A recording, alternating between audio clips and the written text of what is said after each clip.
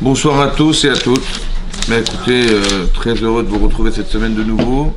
On va dédier le cours pour la Refoua Shelema de Shalom Yehuda Bentamo et de Shimon Bentamo, également de... Et pour ma soeur, c'est 11 mois normalement. Ah, pour les Nishmat. À New York, donc c'est Siloula. Siloula. Bat Simcha. Bat Simcha.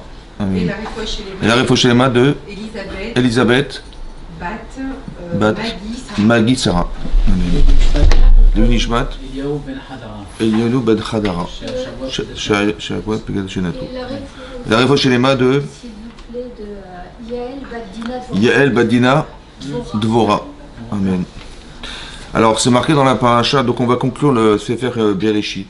Ouais, on va conclure, et je pense qu'il va y avoir des petits règlements de compte dans la paracha, parce qu'il va falloir finir un Sefer, un livre pour en entamer un second. Et donc on va voir qu'on va essayer de régler certaines choses. Alors c'est marqué dans la paracha que Vaïkrevu Yemé Israël Amut. Voilà, Yaakov, Israël était proche de mourir. Vaïkra l'Ebno Yosef. Donc il fait appel à Yosef. Vayomer Loué lui dit Imna Matzatichen Be'enecha, si j'ai trouvé grâce à tes yeux, Simna Yadecha Tarat Yerichi, Ve'asita il m'a dit Chesed Ve'emet. Et fais-moi, donc il a demandé de faire un serment et de lui dire de lui faire un chesed, un acte de bonté, Ve'emet et de vérité. Al-na tikberi de Misraim. Ne m'enterre pas en Égypte. Il ne voulait pas être enterré en Égypte. Ouais. Veshachavti mavotai, et je veux résider parmi mes pères, Mtsatanim et Misraim, tu me porteras depuis l'Égypte, donc Vatalim et Gvoratam, et tu m'enterreras dans leur tombeau. Il ne voulait pas pour plusieurs raisons. Ouais, parce que vous savez que les gens qui décèdent et qui sont enterrés en dehors d'Israël, lorsqu'il y aura la résurrection des morts, ils vont devoir rouler dans des tunnels, qui est une grande souffrance. Et donc pour éviter ça, il voulait pas, il a dit je vais être enterré directement en Eretz Israël. À part ça, il a dit qu'il avait très peur que on fasse de son cercueil une idole, l'idole des jeunes, et donc il a eu peur de ça, qu'on fasse de son truc un Vodazara. Et pourquoi il avait peur? À part le fait qu'on puisse pratiquer l'idolâtrie sur son tombeau, parce que vous savez que quand les Bnei Israël vont sortir d'Égypte, la première chose qu'a demandé Hachem avant de faire les plaies, c'est de détruire toutes les idoles qui se trouvaient là-bas. Et donc on aurait été obligé de détruire son cercueil, son tombeau, et ça aurait été impossible. Et donc il voulait absolument être enterré en Marat Marpella, donc dans cette fameuse grotte où il y avait des gens enterrés, tous les Avot, c'est ça, il y avait Abraham, il y avait Adam Arishon, déjà le premier homme de la création du monde, il y avait Abraham, Yitzhak, et là Yaakov, il y avait Léa qui était enterrée là-bas, il voulait être enterré là-bas. Et donc il demandait à son fils de l'enterrer là-bas sur place. Il a demandé à Yosef, parce qu'il savait pertinemment qu'il n'y a que lui qui pouvait faire cette mission. C'était impossible autrement. Et donc il va te faire appel à cet enfant qui était Yosef. Et il va lui demander, il va dire, je ferai comme tu m'as dit. Donc Yosef accepte cette mission d'enterrer son père en Eretz Israël. Vayomer Ishavali. Et là, bizarrement, il le fait jurer. C'est bizarre. Veishavalo, il lui fait jurer. Et il le jure. Il jure. Veishtaru Israël à Oshamita. Et donc il remercie Hachem d'avoir été agréé par son fils. Ça va? Est-ce qu'on fait jurer ses enfants? Non. Il lui a dit, je le ferai comme tu m'as dit. Donc il a donné sa promesse. Il dit, mais jure-moi quand même. C'est quand même bizarre quand même. C'est quand même étonnant qu'on fasse jurer quelqu'un alors qu'il a donné sa promesse. Ouais. Oui, pourquoi il veut absolument s'assurer, Yaakov Avinu, que ça va se faire, mais pas seulement qu'il est. Il veut dire, ouais, je te demande ma promesse. Il faut qu'il le jure, il faut qu'il s'enferme dans un serment. Parce que ça va être compliqué. Hein? Parce que ça va être compliqué. Parce que ça va être compliqué. Parce qu'il a enterré Rachel en Non, ouais, mais pourquoi là, il demande à son fils de l'enterrer en Israël? Dafka précisément là-bas. Ouais, ça veut dire que c'est indispensable, il faut qu'il soit enterré en Israël. Ce que Yosef va pas réussir à faire, parce que vous allez voir à la fin de la paracha, Yosef il va juste prévenir les enfants d'Israël qu'il y aura un code quand vous sortirez d'Égypte, donc beaucoup plus tard. Beaucoup plus tard, des centaines d'années plus tard, vous sortirez d'Égypte, et donc là, il dit pas code, if code. Souvenez-vous de moi. Et donc ce code, en fait, c'est le code que doit dire Moshe Rabbeinu, qui est celui qui avait été transmis à Serar Batacher, pour dire que le Mashiach, le sauveur d'Israël, qui sera Moshe Rabbeinu, il va dire pas code, if code. Il va dire ces deux mots-là. Et ces mots-là, c'est vraiment le code qui permettra de déterminer que c'est lui. Mais il n'a pas réussi à se faire enterrer en dehors de l'Égypte. Vous avez vu qu'il est resté enterré en Égypte, il a été embaumé et mis dans un tombeau en Égypte. Il n'a même pas réussi lui à partir.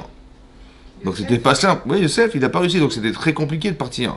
Et en plus, il était vice-roi d'Égypte, donc il avait une mission très très particulière qui devait l'empêcher de partir. Mais non, ça c'est une chose à comprendre. Donc on croit qu'il a fait jurer parce qu'il voulait quand même s'assurer, vous comprenez, Moshe, Yaakov Avinu. En fait, il faut savoir un yesod. Il y a un secret derrière tout ça. Le secret, c'est le suivant.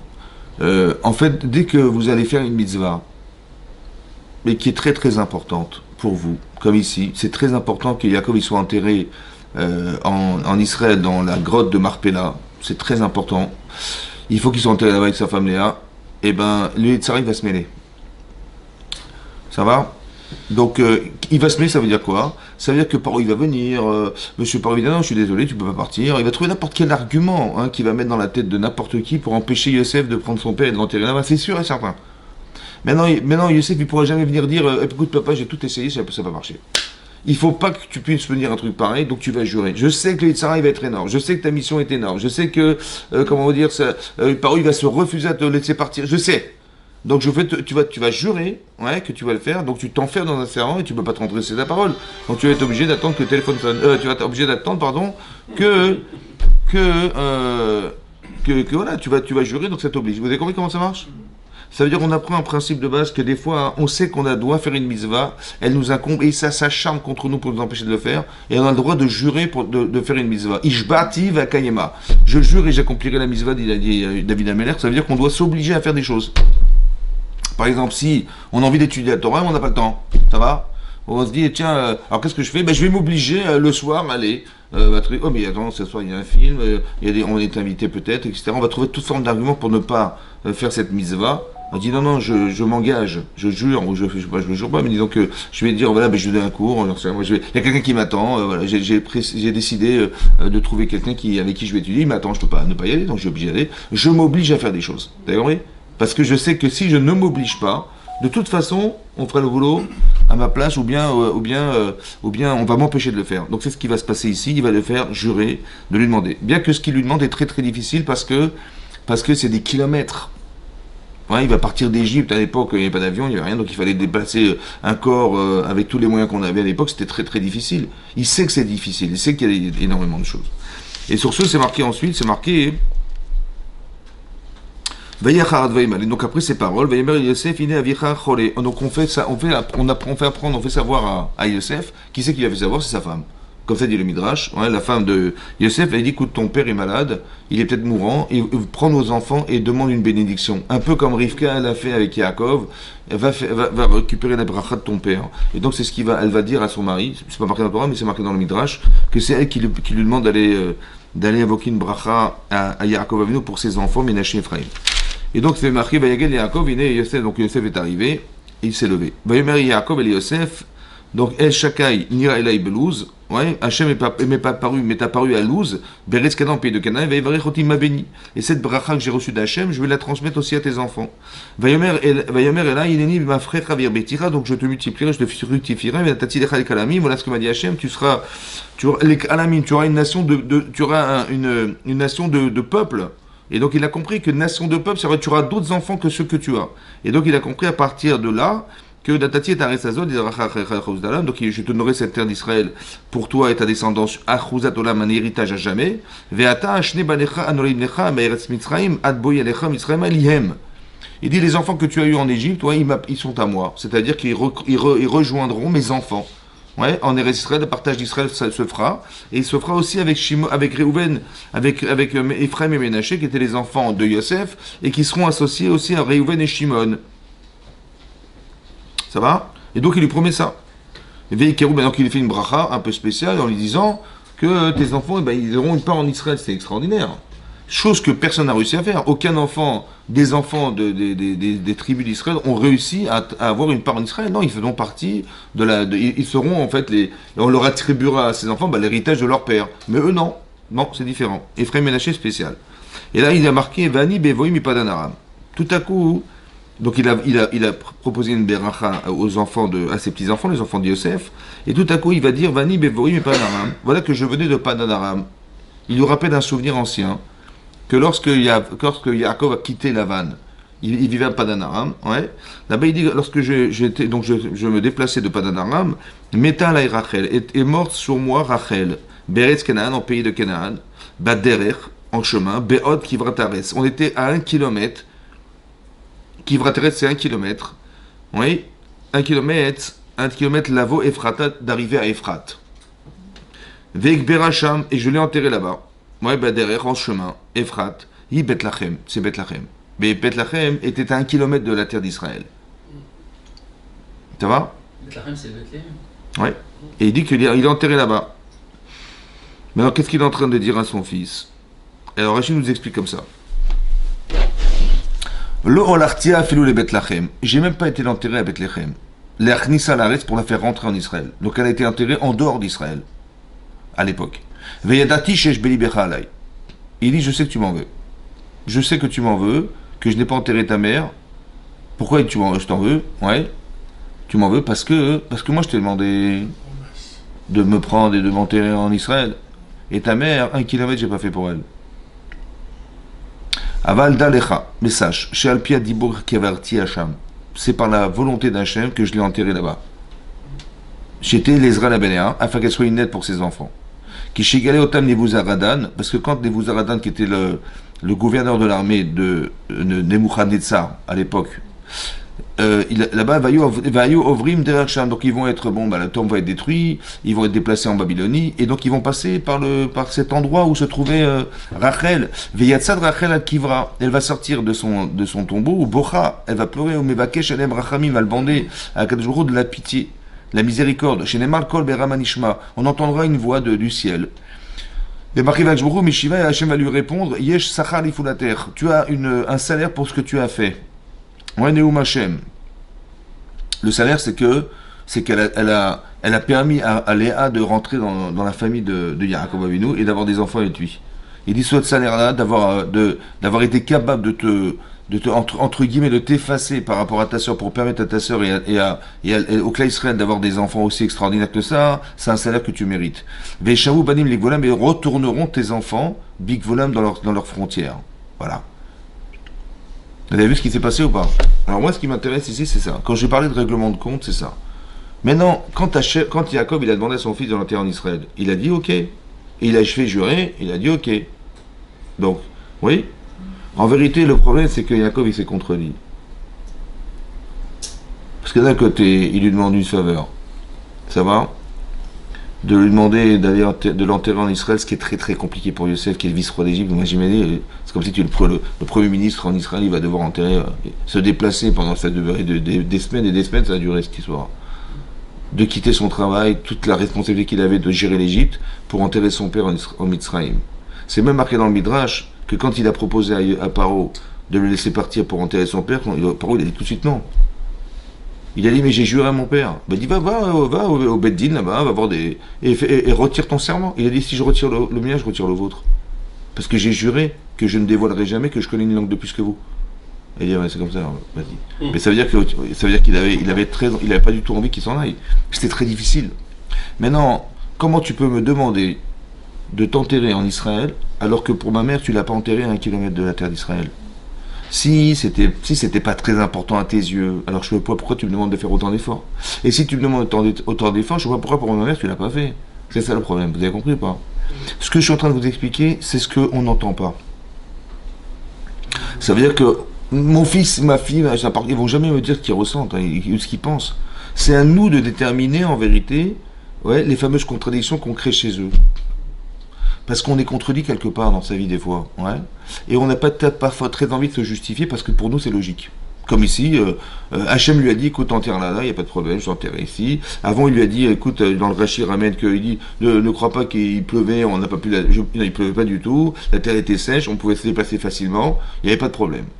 Vous avez vu que Jacob, il est obligé de se justifier devant son enfant. Hein? Pourquoi c'est comme ça? C'est compliqué.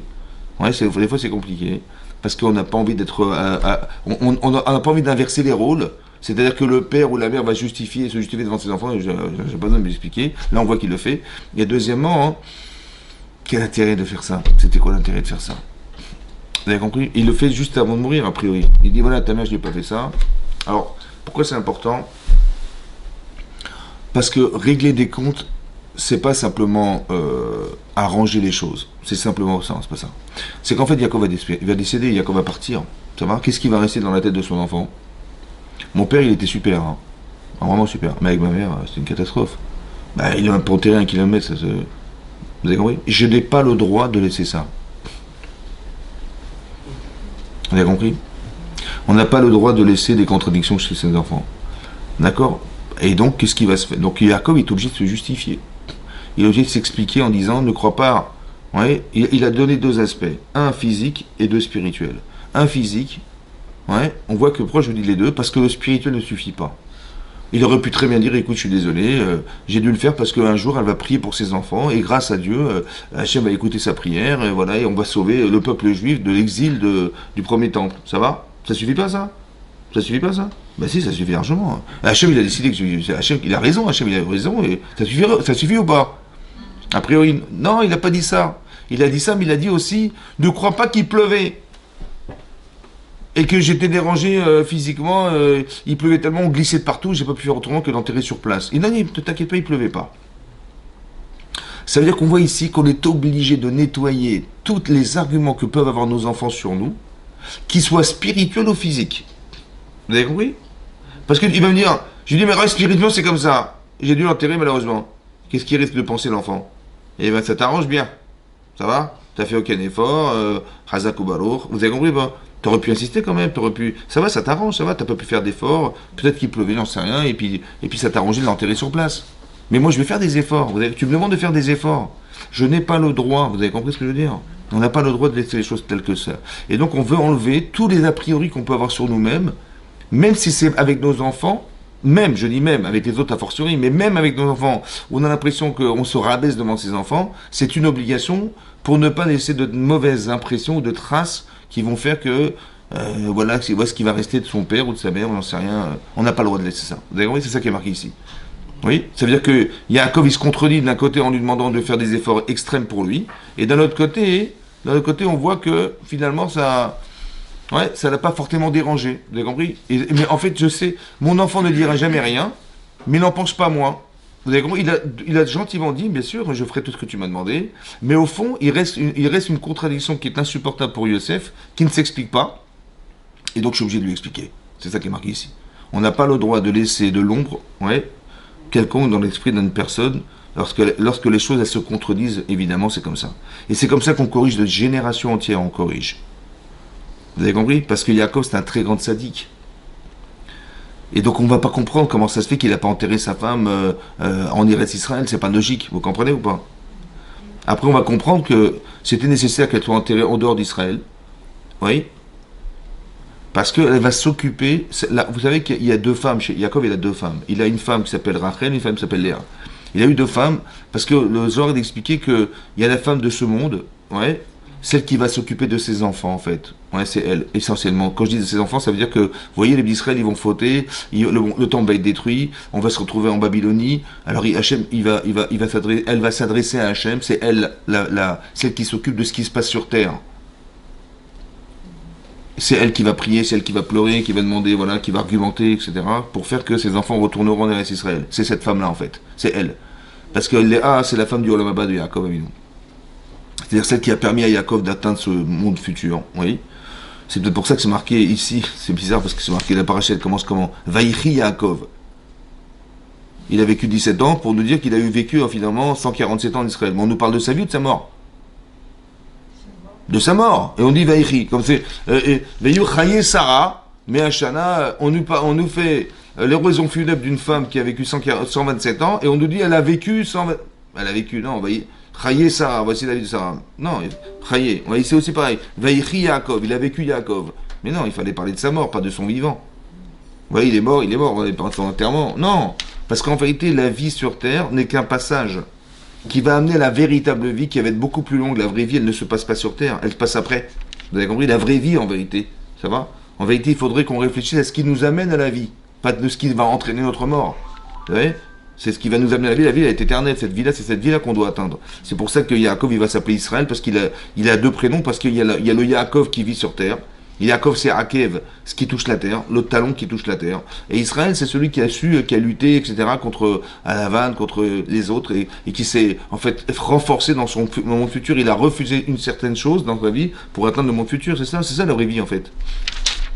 Et donc, c'est ce qui va se passer. Donc, il a convaincu son fils de ce qui s'était passé. Et donc, il a rassuré par rapport à ses choix. Ok? Et donc, qu'est-ce qui va se passer? Voilà.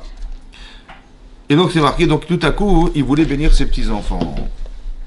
Mais là, c'est marqué, Vayar Israël et bénis Yosef. Et il a vu Israël, donc Yaakov, les enfants de Yosef. Vayomer Miélé, qui sont-ils? Comment ça, qui sont-ils? Mais il les connaît, ses enfants. Ses petits enfants. Hein? Ça fait 17 ans qu'il est avec eux. À part ça, hein, il y a marqué, il a vu les enfants. Alors que plus tard, c'est juste marqué l'inverse. C'est marqué, Veni Israël Kavdo Mizoken, Lo Echol Irot. Tout à coup, on nous dit qu'il était tellement vieux que ses yeux pendaient sur ses paupières sur ses yeux. Il était aveugle carrément. Il pouvait pas voir. Bah, il pouvait pas voir. Comment il a pu voir? Il a marqué Vayar Israël et Ben Israël. Il a dit qui sont-ils? Ouais. C'est pour ça que Rachid nous explique qu'en fait, il a rien vu. Ouais. C'était un Ivoirien, en fait. Non. Et il a rien vu du tout. Seulement, c'est marqué. Il a vu autre chose. Mais Echan Yatsu Elou. Il voulait les bénir. Ouais. C'est ce que dit Rashi, Bikesh levarecham, il voulait les bénir, il a demandé à Hachem de lui permettre de bénir ses enfants par la volonté d'Hachem, Venistalka Shechina Mimenu. Et la Shechina s'est séparée de lui. En fait, c'est pas Yaakov qui bénit, c'est qui bénit? C'est Hachem. Donc il va faire par la permission d'Hachem de bénir, mais cette Shechina, elle s'envole. La présence divine. Les filles Sha'atid, Yerovam et Achav, la tzed Ephraim. Parce que de Ephraim vont sortir deux Rechaim, deux rois Racha, Yerovam ben Nevat et Achav, les deux rois qui vont être des Rechaim, et Yehu et Banav et Ménaché. Et le roi Yehu et ses enfants de l'enfant de Yosef qui est Ménaché. Ça va? Et donc c'est pour ça qu'il n'a pas pu les bénir. Il dit, mais qui sont-ils? Voilà. Vous avez compris? Voilà ce qui est marqué. Maintenant, deux questions. Qui sont-ils? C'est un futur ou un présent? C'est un présent. Pourtant, c'est à cause du présent ou à cause du futur? Du futur. Donc il aurait dû dire, il n'aurait pas dire Miélé, qui sont-ils ces gens-là? Il aurait dire, mais qu'est-ce que je vois là-bas? Ouais, si c'était vraiment ça l'explication du texte. Ouais. À part ça, j'ai une autre question. Mais comment ça se fait qu'à cause de deux rois d'un côté et un seul roi de l'autre côté, on a privé tous les enfants de la bracha d'Hachem? Ça vous paraît logique, ça? Il dit, voilà, bah, ils auront tous la bracha de Yaakov, et ces deux énergumènes, là, ils n'auront pas la bracha. C'est tout ce qu'il fallait faire.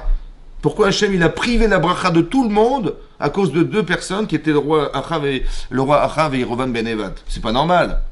On aurait dû dire, bah, eux, ils recevront la bracha, ceux qui méritent de l'avoir, et ceux qui ne méritent pas de l'avoir, ils n'auront pas. Mais pourquoi il s'est refusé, Hachem, il s'est refusé à bénir ses enfants? Fais tout là. Oui? Alors, comment vous avez compris? Alors, en vérité, écoutez-moi bien, moi que je m'énerve. J'ai parlé de règlement de compte. Règlement de compte, vous avez vu ou pas? Il faut régler les comptes.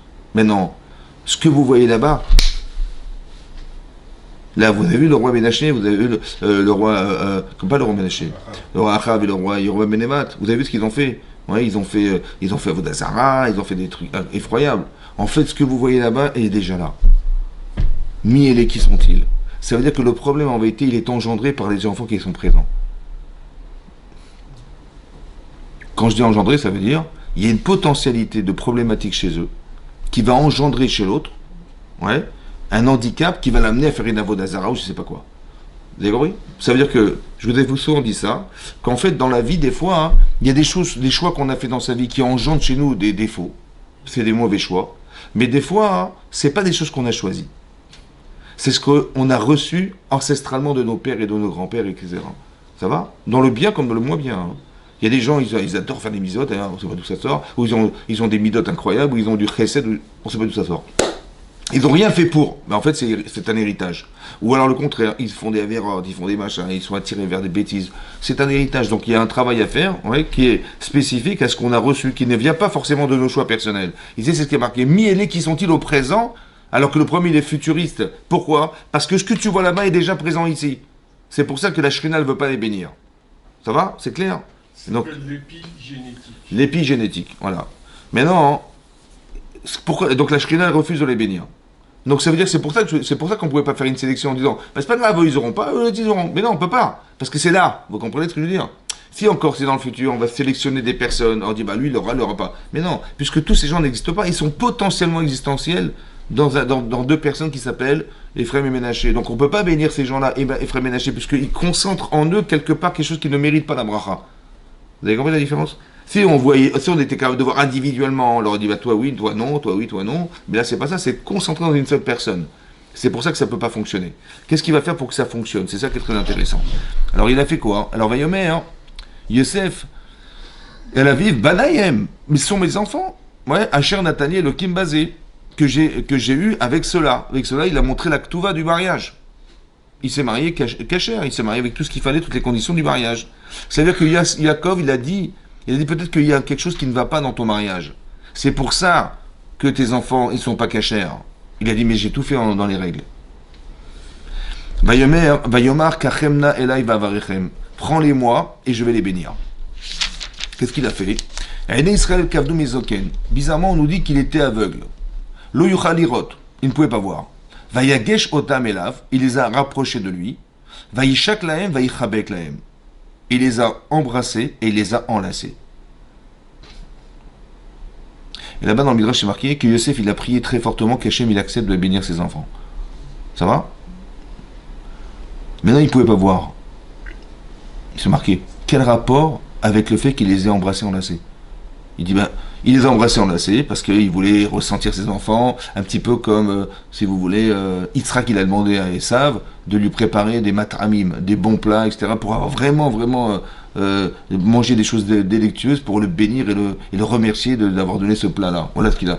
C'est pareil, il les a embrassés, enlacés, pour ressentir fortement l'amour qu'il avait de ses petits-enfants, et les bénir. Qu'est-ce qu'on a besoin de savoir qu'il était aveugle?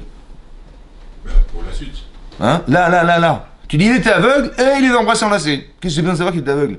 Comme ça demande Orach Chaim. Il dit, on n'a pas besoin de savoir qu'il était aveugle à ce moment-là. Il dit, voilà, il voulait les bénir, il n'arrive pas, il dit, je vais essayer de forcer le truc. Comment je fais? Je vais les embrasser, les enlacer, je vais montrer l'amour que j'ai de ses enfants. Oui. C'est un principe on juge les personnes au moment présent, pas... Oui, t'as raison. Tu as raison.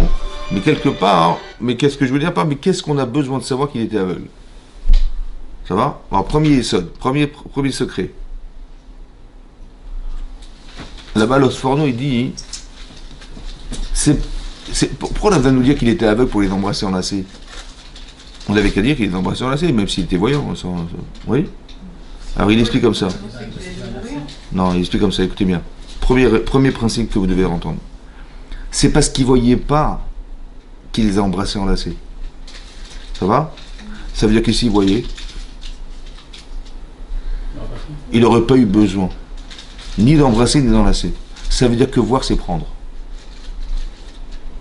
Oui, ça n'a rien à voir avec l'histoire, c'est une halakha. Ouais. Que voir, dans le cerveau, c'est comme si que vous prenez. Ça va? Comme ces fois vous avez des enfants, il dit, je l'ai vu avant toi. Ouais. Il m'appartient, attends, je l'ai vu avant toi. J'ai trouvé un objet dans la rue. Je dis, mais attends, mais je l'ai vu avant toi. Tu es d'accord, je l'ai vu avant toi, c'est moi qui t'ai dit de le prendre. J'ai compris, mais c'est pas de voir qui compte, c'est de prendre. Mais c'est faux en termes d'acquisition, mais c'est vrai en termes psychologiques. C'est pour ça que Hachem, quand Moshe Rabbeinu il a dit à Hachem, laisse-moi passer Herberana vers E, laisse-moi passer et voir la terre d'Israël. Il dit passer non, mais voir oui. Parce que voir, c'est prendre. Quand tu vois, c'est comme si tu es là-bas. Vous avez compris ce qu'il est en train de dire? C'est un grand histoire, ça, dans la vie, ça. Ça veut dire que de voir, c'est prendre. Des fois, on fait pas attention, on voit des choses pas cachères, on dit, ça, c'est pas grave. En fait, c'est comme si tu le prends dans tes bras, c'est exactement pareil. Vous avez compris? Parce que voir, c'est prendre. Ça, c'est une chose. La deuxième chose qui est marquée là, c'est ce qui est marqué dans le Orach Chaim. Le Orach Chaim Akadosh, il dit une chose bizarre. On n'a pas bien compris ce qu'il a dit, parce qu'il dit qu'il y a marqué qu'il ne voyait pas. Ça veut dire que quand il les a embrassés, il ne les a pas exactement embrassés là où il voulait. Voilà ce qu'il dit. Quand tu vois la personne, tu peux l'embrasser là où tu veux. Tu l'embrasses sur les joues. Mais quand tu la vois pas, la personne, il a embrassé un peu n'importe où. Il dit, et essaie de comprendre ce que je t'ai dit. Voilà, rien compris. Vous avez compris ce qu'il a dit ou? Moi non plus. Alors j'ai vu un pshat qui l'explique comme ça. Il est marqué, c'est marqué dans Shir HaShirim. Ouais. Il est marqué, hein? Ishakeni minishikot piou. Ishakeni, embrassement, minishikot des baisers, piou de la bouche. Ça va? Et là-bas, Rachid explique dans Shir HaShirim, il y a, avant comment ils embrassaient, soit on s'embrasse sur la bouche, soit on s'embrasse sur la main. Ça va? C'était comme ça qu'on embrassait les gens. Il dit la différence entre embrasser la main et embrasser la bouche, c'est que quand on embrasse la main, il n'y a qu'un seul qui embrasse, et quand la bouche, c'est deux s'embrassent. C'est ça la différence. Et donc, il a voulu dire là-bas que le Matan Torah, le don de la Torah, c'est qu'on s'est embrassé avec Hachem. C'est-à-dire que Hachem, il a donné un baiser, et nous, on s'est embrassé Hachem en recevant la Torah. C'était réciproque. C'est ça, Ishakeni minishikot piou. Voilà. Il dit, mais quand on n'embrasse pas au même endroit, ouais, ça veut dire que la personne, elle reçoit un baiser, mais qui n'était pas normalement là où il faudrait qu'il donne. Ça va? Il a embrassé sur le front, j'en sais rien, ou il a embrassé n'importe où, dans les cheveux, j'en sais rien. Ça veut dire que l'un, il donne, et l'autre, il donne rien. Ça va? Quand on reçoit le kavod, c'est que la personne elle mérite, on lui embrasse la main. Mais là, non. Alors là-bas, il explique comme ça. En vérité, Yaakov Avinu, il a vu que dans ces enfants-là, il sortirait des Rishaïm. Des gens qui sont en fait marginalisés, qui ne devaient pas être là. Il a dit quand même, je les embrasse. Là où il ne faudrait pas qu'ils soient. Là où ils ne sont pas, j'accepterai de les recevoir quand même. Je les embrasse, ces gens-là, malgré tout. Ça veut dire qu'on doit aimer même des gens qui sont sortis de la Torah, parce que la seule et unique manière de les ramener à la Torah, c'est de les aimer. Alors je les ai embrassés, là où j'aurais jamais dû le faire, mais je le fais quand même. Vous avez compris comment il a compris le pshat? C'est ça, et ça tu dois comprendre ça dans ta vie. Qu'il ne l'a pas exactement embrassé, là il n'y a pas de réciprocité. Parce que le roi Achav et le roi Yerovam ben Nevat, j'ai pas envie de les embrasser. Même si je les embrasse, ils m'embrasseront pas, mais c'est pas grave. Pour que je leur apporte quelque chose, c'est ce qu'il a fait Yaakov Avinu. Pour leur permettre de faire teshuva. Tu montres de l'affection et la capacité qu'il a dans la concentration qui était présente de Ménaché ou d'Ephraïm, il a donné une capacité de faire teshuva à ces gens-là qui sont eux éloignés. Comment il les a embrassés? Pas exactement où il voulait. Ouais, parce qu'il ne voyait pas, mais de ne pas voir, c'est pas il ne voyait pas, c'est pas ça qu'on voulait nous dire. C'est nous dire comme un aveugle qui ne sait pas où il embrasse. Vous avez compris ce que je veux dire? C'est ça qu'il expliquait. C'est très intéressant. Et donc, qu'est-ce qui va se passer? Ils vont recevoir la bracha. Voilà ce qui s'est passé. En tout cas, la première fois qu'on a vu qu'ils voulaient faire une bracha et la Shekhina s'est envolée. Ça va? C'est là que c'est marqué là une fois. Donc, on voit qu'il y a des choses qui empêchent la Shekhina de résider quelque part. Il faut comprendre ici que quand ça ne fonctionne pas, ouais, quand la Shekhina n'est pas présente, c'est qu'il y a forcément un problème. Il y a un défaut qu'on doit corriger. C'est pour ça que je vous ai expliqué au départ, c'est on corrige. Ça veut dire que Yaakov Avinu, il sait qu'il n'a pas enterré sa femme là où son fils aurait aimé qu'elle soit, en Eretz Israël. Alors que lui, il lui demande de faire des milliers de kilomètres pour l'enterrer en Israël. Alors qu'il est roi d'Égypte, etc., vice-roi d'Égypte, etc. C'est impossible qu'il lui demande une chose pareille. Il lui demande, comment il a osé lui demander une chose pareille alors que pour sa femme, il n'a pas fait 1 kilomètre, il n'a pas enterré en Israël. Il dit, je sais que tu m'en veux. Et tu m'as rien demandé, tu m'as rien dit, je sais que tu m'en veux. Il faut ressentir les contradictions qui sont chez les autres, qu'on crée chez les autres. Alors il faut les corriger. Vous avez compris? Il faut les enlever. Il ne faut pas qu'il y ait une ombre sur vous. Parce qu'après, ça va rester, malheureusement. On dirait qu'il était superbe, mais... Alors qu'en fait, on pourrait s'expliquer. C'est pas grave, écrase-toi, explique-toi, justifie-toi, c'est pas grave. Pour ne pas que tes enfants ou les gens, ils vont penser du mal de toi, ou ils vont garder une mauvaise image du père ou de la mère, je sais pas quoi, ou de la personne. Non! Efface, élimine, enlève. C'est ça qu'il a fait. Ici, c'est pareil. Vous avez vu qu'il y a des défauts chez l'enfant? Ouais. Alors, il va montrer de l'amour pour que... eux, ils sont malheureusement victimes de ça. Mais en vérité, quelque part, en montrant de l'amour à ces enfants-là, et je vais corriger ce qui va être engendré dans le futur. C'est-à-dire, on ne se rend pas compte, en vérité, qu'on reçoit des gens qui ne sont pas forcément très religieux, mais quand on leur montre du respect, on les regarde avec bienveillance, et on s'intéresse à eux, et on a pitié, malheureusement, pour eux, parce qu'ils ne sont pas forcément dans la Torah, en fait, on ne se rend pas compte qu'on va changer des générations entières comme ça.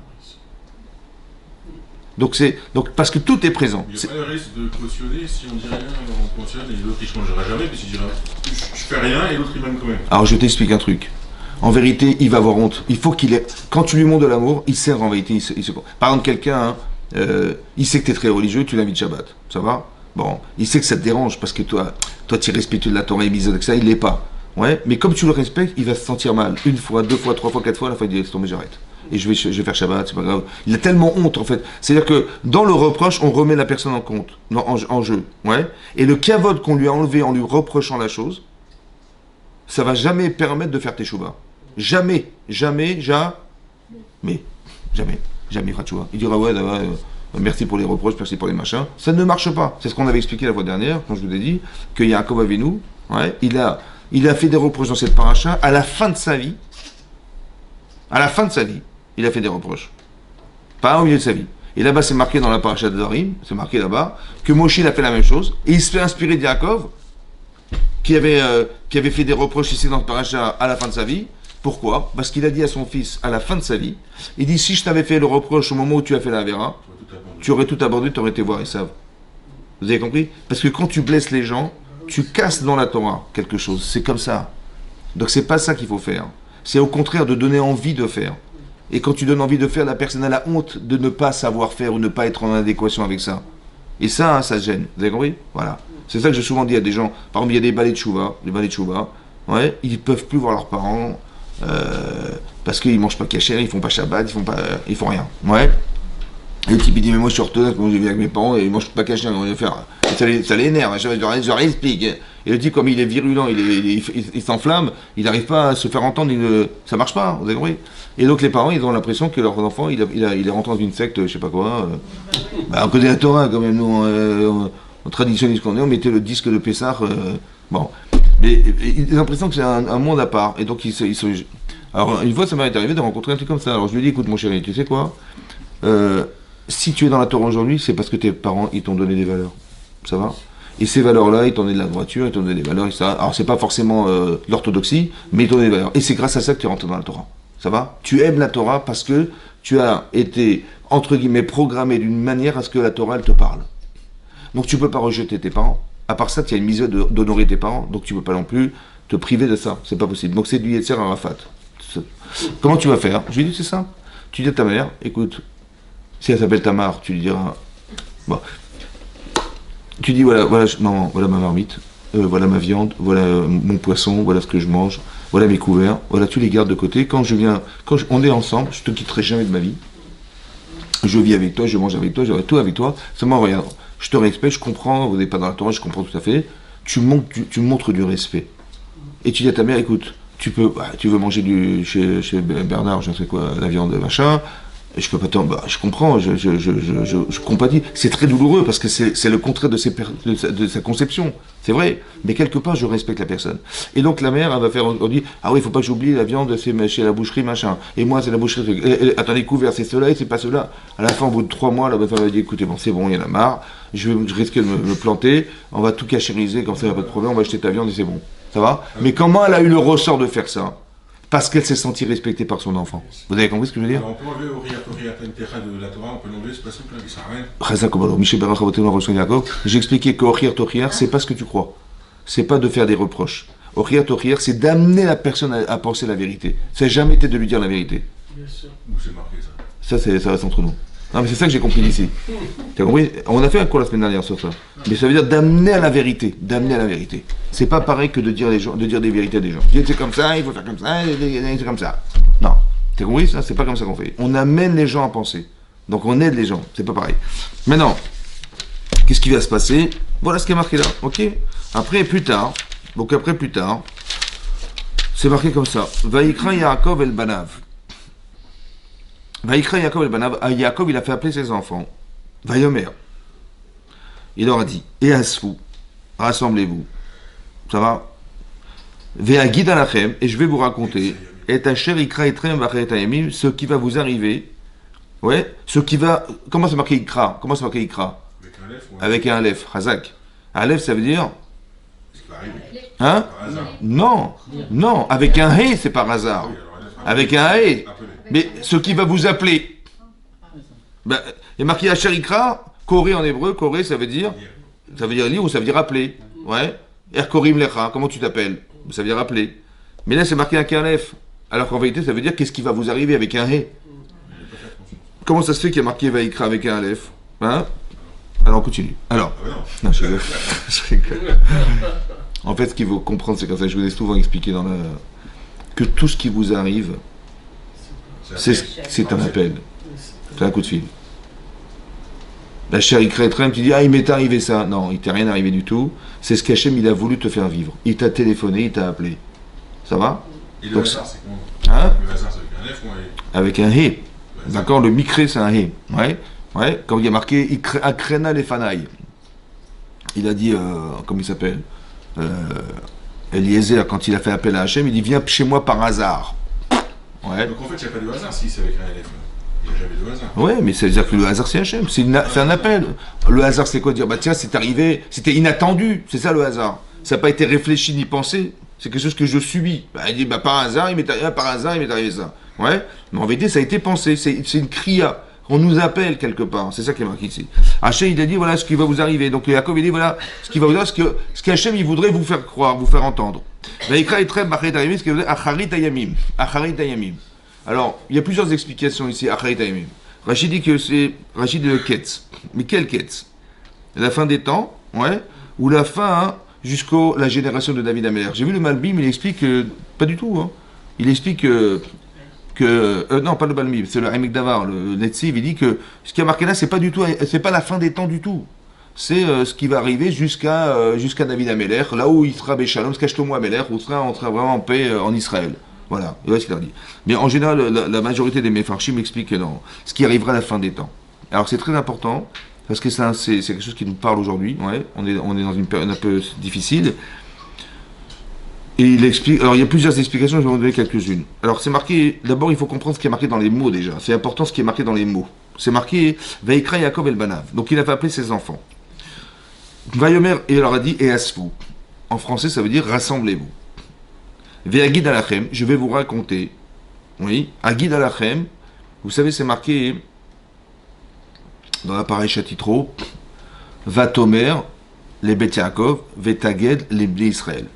Ouais, Vatomer, et tu diras aux filles de Yaakov, la famille de Yaakov, c'est les femmes, Vetaged, et tu raconteras. Et Rachid nous dit que la Amira, le langage de Homer, c'est un langage souple, doux, pour les femmes, ouais.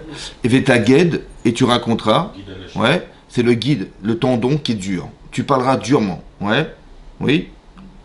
Et donc ça veut dire Vayaged, il a dit Vayaged et Vayagid alachem, je vais raconter, il va dire des choses dures. En fait, c'est comme ça que je l'ai traduit. Il va dire des choses compliquées. Et Tacher ikra etrem, bachet arimin, ce qui vous arrivera. Ouais. Après il dit Ikabetsu, regroupez-vous. Là il a changé de verbe. Au début c'est marqué Yasvu, rassembler. Quelle est la différence entre se rassembler et se regrouper? Ouais, c'est quoi, c'est la différence entre se rassembler? Il a dit, Ikabetsu veshimu bnei Yaakov, écoutez enfants de Yaakov.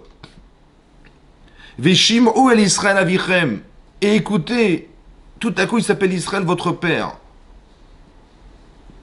Vous avez compris les questions qu'il y a? Donc, Ikabetsu Yasvu, la différence entre rassembler et regrouper. Shimu, ça veut dire quoi? Shimu bnei Yaakov, écoutez les enfants de Yaakov.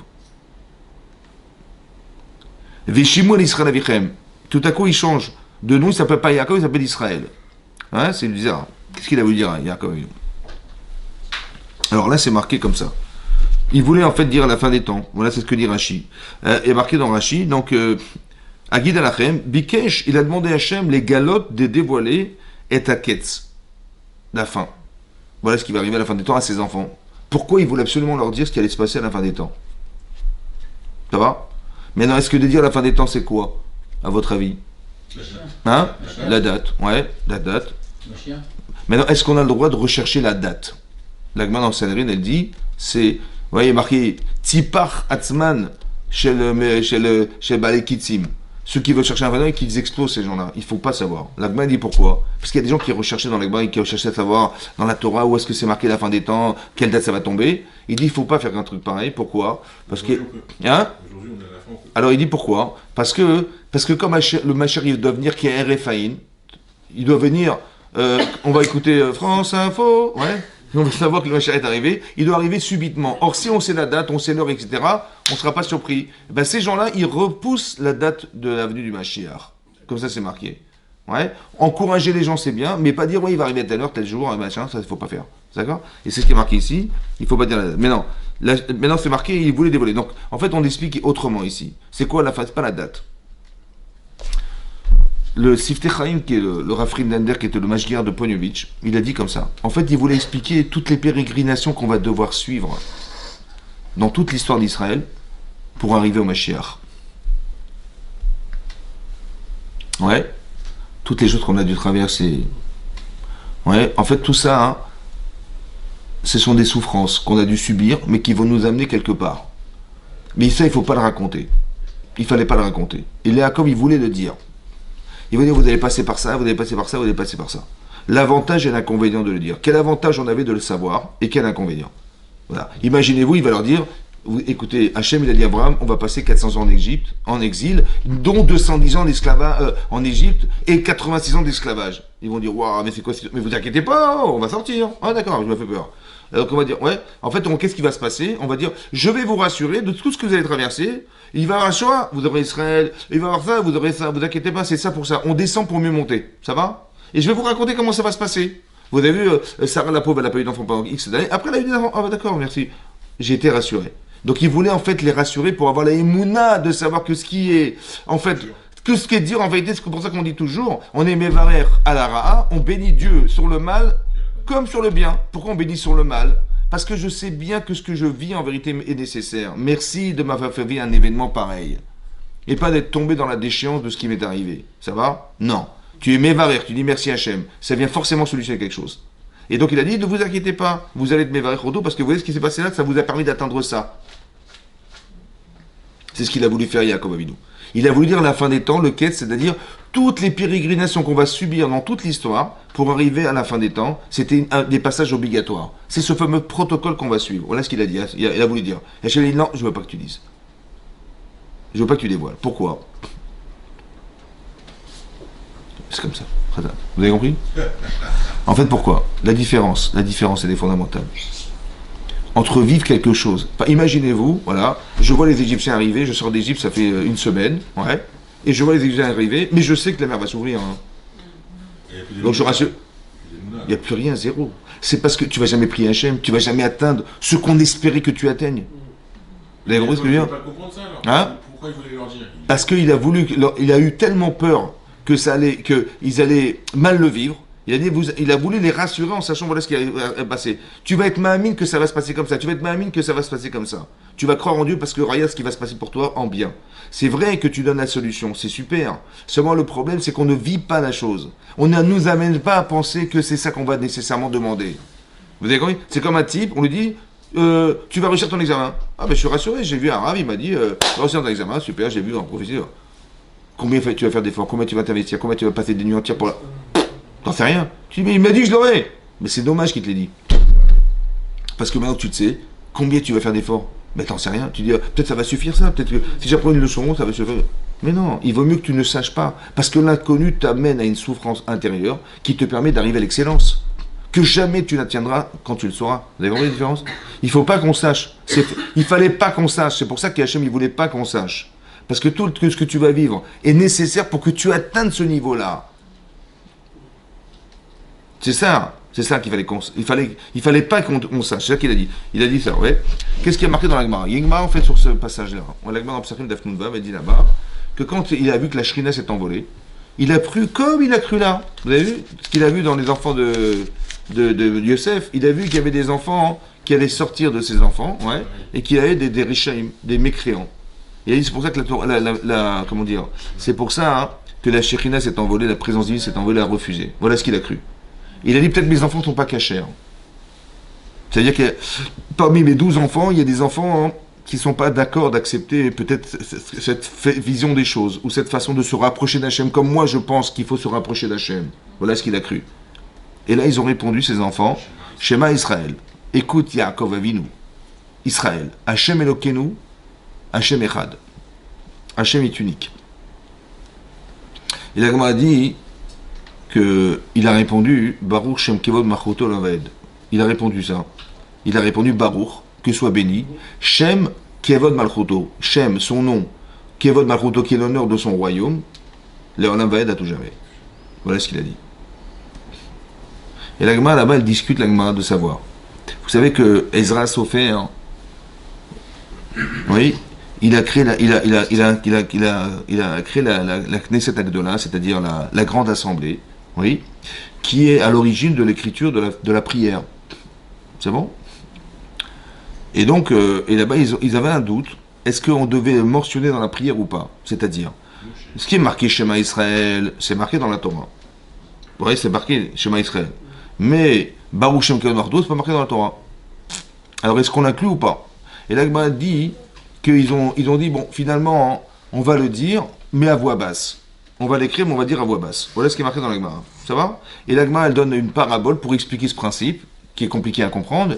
Elle dit, c'est comme une princesse, elle est invitée à table, ouais, avec, on lui prépare des plats magnifiques, et à un moment donné, on lui présente une marmite, et la marmite a débordé.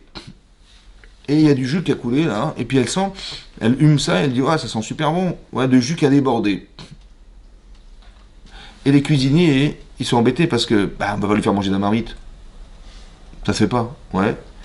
Et donc ils ont dit bon discrètement ils l'ont fait rentrer dans la cuisine, elle a goûté les plats. Voilà ce qui est marqué pour expliquer ce que je suis en train de vous dire. Pourquoi ils ont dit on va le faire en cachette. Genre c'était honteux pour elle qu'elle mange directement du plat comme ça qu'elle vient d'humer, alors on va discrètement la faire rentrer dans la cuisine, et là-bas elle va goûter le plat. Voilà ce qui est marqué là-bas. C'est pour ça qu'on le fait discrètement en disant Baruch Shem Kevod Machotol Laved à voix basse. Qu'est-ce qui est marqué dans la Gemara? Comment comprendre c'est l'explication de la Gemara? Ouais. Qu'est-ce qu'ils ont voulu dire Chachamim en disant un truc pareil? Le Machal, on n'a pas compris le rapport avec l'histoire de Yaakov Avinu. Ouais. Alors, il y a deux explications. Il y a celle du Nefesh HaChaim, le Rav de Vologine, qui était l'élève du Gaon de Vilna, et à l'époque du Maral de Prague. Deux explications dans la Gemara. La question qui est d'abord de base, c'est de savoir, qu'est-ce qui est plus valorisant pour Hachem? De dire qu'il est Echad, ça veut dire qu'il est unique, il n'y a rien d'autre que lui. Il est tout en fait, Hachem. Quand on dit Hachem Echad, Hachem Echad, Hachem est un, il est pas, ça veut pas dire un, on ne va pas dire un, il faut dire unique. C'est pas qu'on dit Echad pour dire, il est peut-être 3 ou 4 là-haut, j'en sais rien. On dit non, il est un. Non, c'est pas ça l'explication. Echad, c'est unique. Il est unique. Ouais, il n'y a rien d'autre que lui, en fait. Quand on dit En On Milevado, il n'y a rien d'autre qu'Hachem, c'est-à-dire il n'y a rien d'autre. Ça, c'est ça. Donc, est-ce que c'est plus valeur? Ou de dire qu'il est le roi du monde? Hein? Alors, le Nefesh Harim, il dit comme ça. Évidemment que c'est plus valorisant pour nous de dire que Hachem, il est unique. Ouais. Il est extraordinaire. Parce que de dire qu'il est le roi du monde, c'est le restreindre à ce qu'il a créé. Ça va?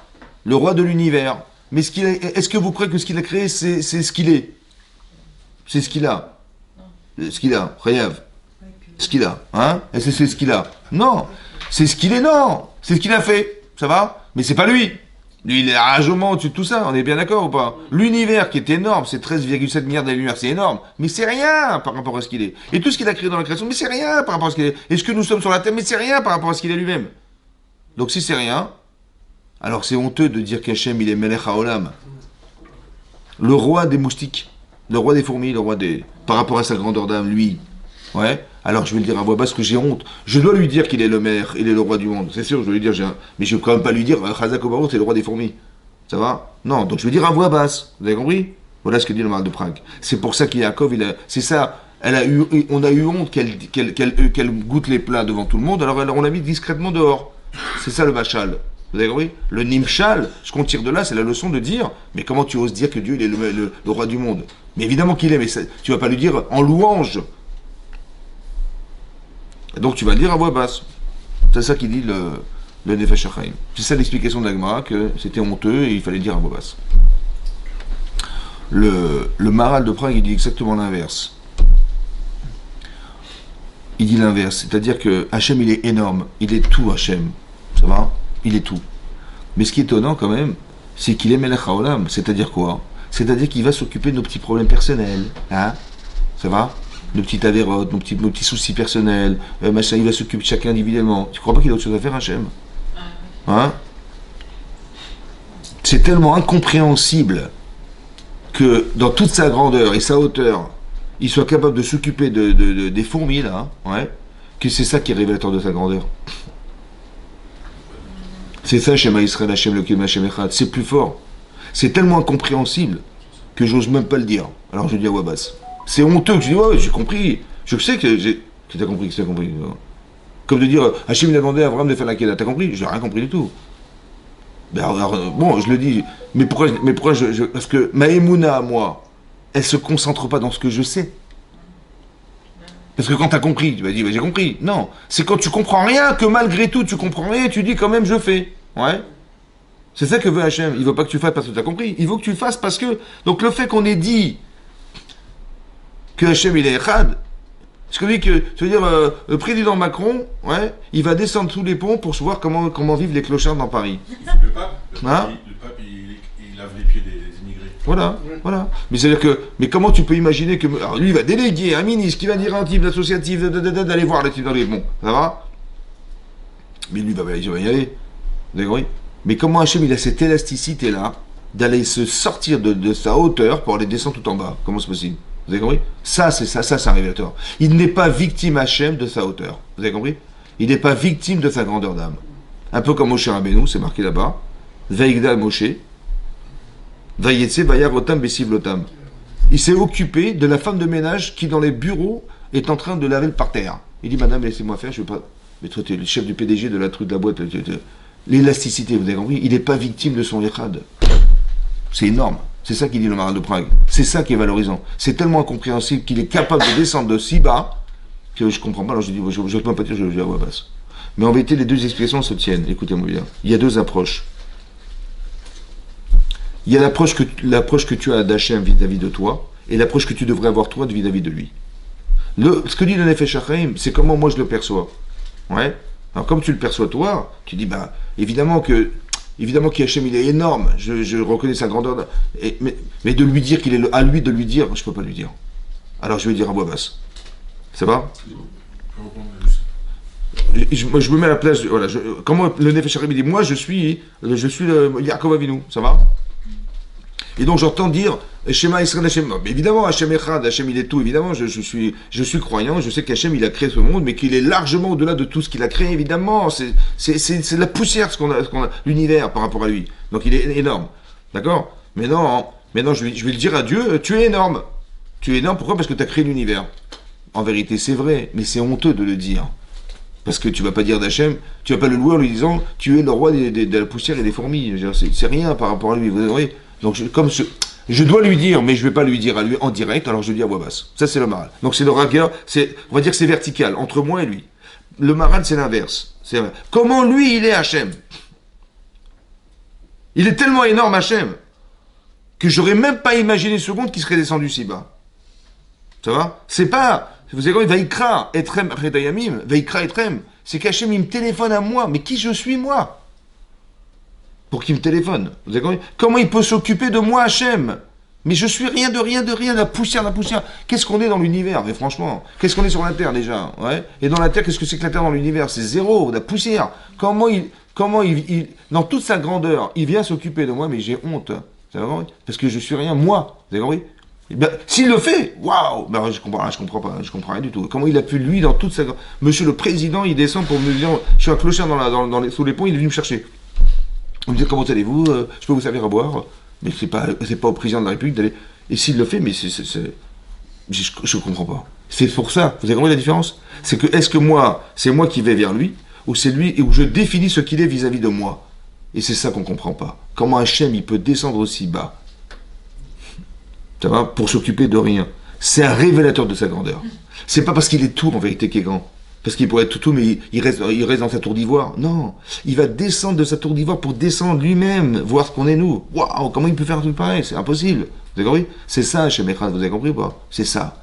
Ça veut dire qu'en fait, ce qu'on apprend d'ici, de la Gemara, c'est ça. C'est qu'en vérité, il a eu peur au départ. Alors ils ont dit non, de la même manière que toi tu es Echad avec Hachem, nous aussi on est Echad avec toi. Shema Israël, Hachem est le Keler Echad. Et lorsqu'il a entendu ça, il a dit Baruch Shem Kevod Mardou Labaed. Alors qu'est-ce qu'il a dit en répondant Baruch Shem Kevod? Et qu'est-ce que c'est que la Géoula à la fin de ce qui a marqué là? Alors c'est ça qu'il faut comprendre. En fait, nous on est, si vous voulez, on est la finalité de toute la création du monde. Si le Mashiach il vient demain matin, ouais, Ben Hachem, on est la finalité de tout ça. Ouais, c'est vrai. Ouais, tout ce qui a été fait de façon antérieure, ben on est le produit de tout ça, nous, le résultat de tout ça. Et on doit finaliser, fermer la porte et dire au Mashiach, vous pouvez rentrer et on ferme la porte. Voilà ce qui va se passer. Ouais. On est le quête, la fin des temps. On est la fin. C'est-à-dire qu'au bout de tout ce travail qui a été fait, ça doit amener à une révélation de la Kadosh Baruch Hu. Le Mashiach a pour objectif, il y a deux Mashiach. Il y a Mashiach ben Yosef et Mashiach ben David. Mashiach ben Yosef, c'est qui? C'est Yosef. Ouais, c'est Yosef. C'est Yosef. C'est qui Yosef? C'est Yosef, c'est celui qui va dire à ses frères, vous savez, vous avez cru vous avez écouté mon rêve. Et vous avez cru que j'allais prendre la place de mon frère. Mais vous êtes trompés, c'est pas ça qu'il fallait comprendre. Il fallait comprendre que j'accompagne mon frère. Le vrai roi, c'est Yehuda. C'est lui. Maintenant, moi, ce que je fais, Hachem, il a prévu pour moi que j'aille en Égypte. Ça va? Et que je vais préparer le terrain. Et je vais vous nourrir. Et je vous accompagne. Je suis secondaire. Je suis à l'ombre de mon frère. C'est ça, Yosef. Vous avez compris?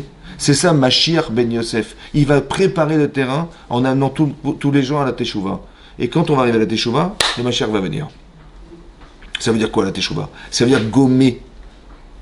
Quand je vous ai expliqué, on est règlement de compte, ça veut dire, quand Yosef, quand Yaakov il va dire à son fils, écoute, je t'en prie, enterre-moi en Israël, je t'en supplie, et tout, jure-moi que tu vas faire, jure-moi. Et quand je lui dis ça, hein, en fait, je me dis, mais attends, je lui dis un truc, mais j'ai pas fait à sa mère ce que je lui demande. Alors je vais effacer le moindre soupçon qu'il a sur moi. Ça va? On veut corriger quelque chose, on veut gommer quelque chose, on veut plus se retrouver dans ça. Je n'ai pas envie de laisser cette trace chez mon enfant. Qu'est-ce que je lui fais? Je lui dis, écoute, ouais, j'ai tout expliqué. En fait, je ne l'ai pas enterré parce qu'il y avait des raisons, il y a deux raisons. D'accord? Et Hachem, il avait besoin qu'elle soit enterrée en dehors d'Israël parce qu'elle va prier pour ses enfants en dehors d'Israël. Et là, elle est en train de prier pour nous, là, aujourd'hui, là. D'accord? Elle est en train de prier pour nous parce qu'on se trouve en dehors d'Israël, on se trouve en exil, on se trouve en difficulté, on se trouve dans un endroit qui n'est pas le nôtre, en fait, on ne devrait même pas être là, mais on espère qu'un jour, on retournera là où on doit être. Ça va? Maintenant, écoutez bien. Là-bas, on explique, comme ça, le Malbim, il explique. Il y a ce qu'on appelle les Esof et il y a ce qu'on appelle les Kabetz. En français, ça veut dire rassembler et regrouper. Il dit que, en fait, ce qui va se passer, c'est comme ça. Le Kliakar, il dit cette explication. Le Kliakar, il dit que rassembler, c'est quand tu vas rentrer quelque part. On te rassemble dans une maison. Ça va? Mais te regrouper, c'est pas forcément dans une maison, c'est dans un endroit à l'extérieur. Il dit que, en fait, ce qui s'est passé, c'est que, à la fin des temps, toutes les 10 tribus disparues vont revenir en Israël. C'est ce qu'on appelle les Nidachim. Les Nidachim, ouais, quand on prie dans la vraie Kashim, il rassemble tous les Nidachim, tous ceux qui sont éparpillés. Oui. En fait, c'est des gens qu'on ne sait pas où ils sont. Ça va? Par contre, les Kabetz, rassemblés, on sait où ils sont là, on les connaît. C'est-à-dire que nous, on fait partie des gens qu'on connaît. Ça va? On te connaît toi, on sait que tu es juif. On a répertorié, on va dire, 15 millions de juifs dans le monde. Ouais. On sait où ils sont en Amérique, ils sont en Israël, ils sont en Allemagne, ils sont en France, ils sont en Angleterre. On les connaît, et on sait les dire. Mais en fait, il y a des millions de juifs qu'on ne connaît pas, mais qui sont éparpillés. Ça s'appelle Esof. Ceux-là, tu vas les rassembler, ceux-là, un jour. Ça va? Donc il leur a dit à Gid Alachem et Tasher Kretrem Achedemim, il leur a dit et Asfou. Rassemble-vous. Ça veut dire qu'il parle à qui? À ceux qui sont à Gid Alachem. Je vais vous raconter. Je sais que vous souffrez là où vous êtes. Je sais que vous savez peut-être même pas que vous êtes juif. Ça va? On a retrouvé des tribus en Afrique. On a trouvé, il paraît qu'il y a 2-3 millions d'Indiens qui mettent les tefilines, des machins comme ça, des hindous. Oh ouais, ils ont retrouvé des tribus comme bizarres dans le monde entier. Mais c'est des gens qu'on découvre en fait, mais en fait ils sont cachés ces gens-là. Ça va? Et ceux-là, on va les retrouver à la fin des temps, ils vont se rassembler. Nidachim, ceux qui sont éparpillés, qu'on ne connaît pas, ils vont se retrouver là où ils vont, dans l'endroit où on devra être, c'est-à-dire en Eretz Israël, un jour. Ça va? Mais ça, hein, vous avez compris que ça ne peut se faire que si Hachem Echad. Hachem Echad. Il a dit, Baruch Shem Kevod Machoudou Avaed, j'espère qu'on va pouvoir être Mamlich Hachem, rendre au roi Hachem là où il doit être. C'est-à-dire que notre travail à nous, c'est quoi? Ouais, vous avez vu ce qui se passe là en ce moment là, hein? Ben, je sais pas, est-ce que vous vous rendez compte, on est à Paris, on est bien là, ça va, vous êtes bien? Ouais, on est bien, ça va, ouais. Et qu'est-ce qu'on dit? Faites des télis, mesdames, messieurs, je sais pas moi, dites l'Abnatsiach, je sais pas, faites des misborim pour les pauvres. Ça c'est nous, ben on est là. Maintenant, ceux qui sont en Israël, imaginez une maman, elle a 2 enfants, 3 enfants qui sont à l'armée. Bon, le téléphone il sonne. Elle se fait des cauchemars la bonne femme. Ouais. Il dit, ah, peut-être qu'on va m'annoncer un truc, elle est comme une folle, à n'importe quelle heure de la nuit. Et ça fait combien de temps que ça dure? 2 mois. Hein? 2 mois et demi. Bah, 2 mois et demi, c'est quand même long, hein. C'est pas les vacances, hein? C'est pas les vacances, les types, ils sont en train de se faire tirer dessus, on voit des blessés, il y a eu 161 morts, les pauvres. Et comment vous vous sentez, vous? Bah, je sais pas, moi je me mets à la place de cette femme, de ce mari, ouais, qui a ses enfants là-bas à la guerre. Je me mets à la place des soldats eux-mêmes, hein, soldats eux-mêmes. Ils sont là, je sais même pas comment ils dorment par nuit, je sais pas qu'est-ce qu'ils font. Ils risquent de mourir du jour au lendemain, c'est très grave. Et ça doit nous toucher. Véa Gid Alachem, je vais vous raconter ce qui est dur à s'entendre. On doit se sentir responsabilisé. Ça va? On ne peut pas rester indifférent, c'est impossible. Mais là, on est peinard, hein, je veux dire, on est peinard ici. Hein. Mais si on était avec eux là-bas, à Gaza et tout ça, et qu'il faut dire un tir, d'abord tuer des gens déjà, c'est très dur. Hein, ouais. Et même eux, c'est des gens qui sont des j'imagine, des parents et qui ont des enfants et tout ça, mais ils font la guerre, malheureusement. Et qu'est-ce que tu peux leur expliquer, malheureusement? C'est dur. Vous avez compris? On vit des situations compliquées. Mais là, ça s'appelle Chevle Mashiach. On est à une période d'accouchement. On est en pleine contraction, là. Il y a des contractions. Et après, ça va accoucher de quelque chose. Mais c'est ça. Mais tout l'intérêt, c'est de comprendre qu'on veut nous rapprocher d'Hachem.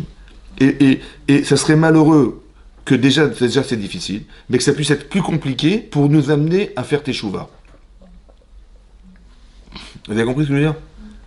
Ça veut dire qu'on pourrait éviter tout ça si on prend sur nous quelque chose. Ouais.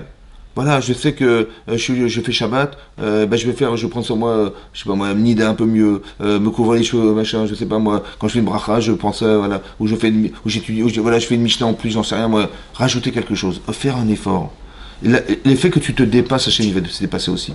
Mais c'est pas seulement ça, il faut vraiment qu'on le fasse pour que Hachem il puisse un jour résider sur la terre. Vous avez compris ce qui va se passer? Il faut que Hachem, de la même manière que Hachem, il voulait absolument qu'on se retrouve au matin de Torah, mais il fallait qu'on soit Ishechad Belevechad. Il fallait qu'on soit unis. Rassemblez-vous, ça veut dire que il a très bien compris, Yaakov Avinu, que tout ce qui nous a dérangé, c'est parce que les enfants de Léa n'ont pas supporté ceux de Rachel. Ça va?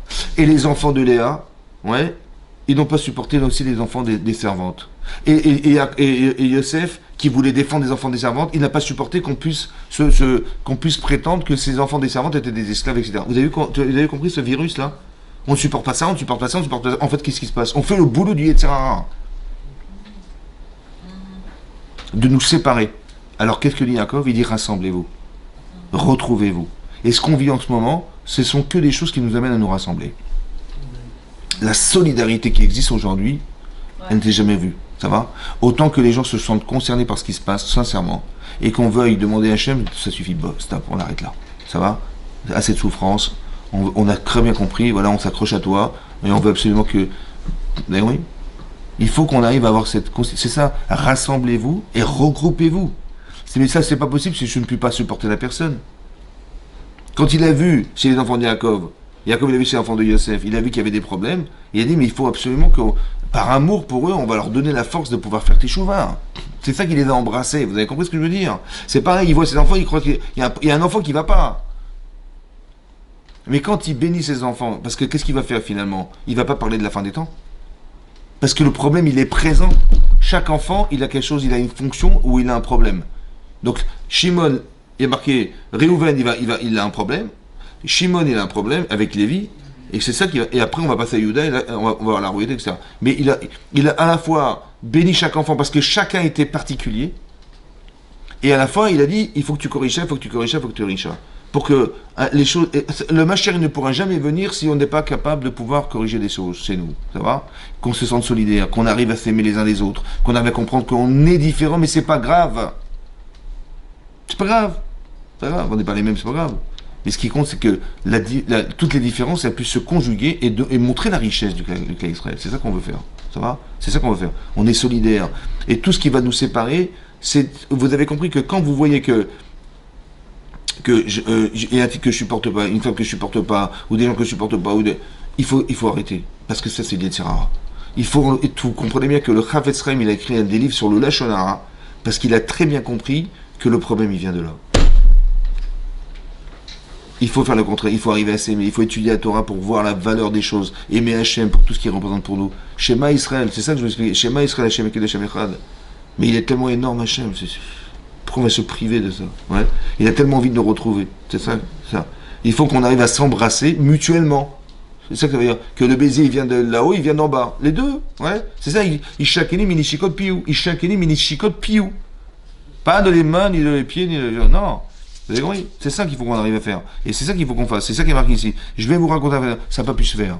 Il faut que ça se fasse un jour. C'est ça. Il faut que ça se fasse un jour. Qu'on puisse un jour, voilà, on se reprend en main. On sait qu'il y a des gens qui souffrent autour de nous. On peut rien faire pour eux, malheureusement, ce qu'on n'est pas. Mais ce qu'on peut faire, c'est éviter que ça soit pire. Vous avez compris? Et si on fait Teshuvah, Hachem, il se débrouillera. C'est pas notre problème. Il va ouvrir la mer Rouge, il va faire ce qu'il veut. Il n'y a pas de problème. Ça dépend juste que de nous. Voilà. Juste que nous, on se rapproche. On a crié vers Hachem, la mer s'est ouverte. Ça va? Qui s'est encore cru un truc, la mer s'est ouverte. Hachem, il peut faire ce qu'il veut. Ça va? Soit il peut venir en son temps, soit il viendra. Archigena plus tard. Ouais, il va accélérer. Donc c'est ça qu'il veut faire. Donc nous, on veut que ça se passe bien, que Hachem, on n'ait pas besoin de voir autant de difficultés, etc. Qu'Hachem, il retourne la situation comme nous, on s'est retourné nous-mêmes. On s'est retourné nous-mêmes, alors lui aussi, il va retourner la situation. En fait, il veut retrouver la vraie personne. Il veut retrouver nos vraies personnes, c'est ça qu'il veut Hachem. Donc il faut qu'on retrouve cette vraie personne pour qu'on arrive à faire que le Mashiach il puisse discuter avec des gens qui soient cohérents, quoi. Voilà, c'est ça. Bézat Hachem. Chazak ou Baruch.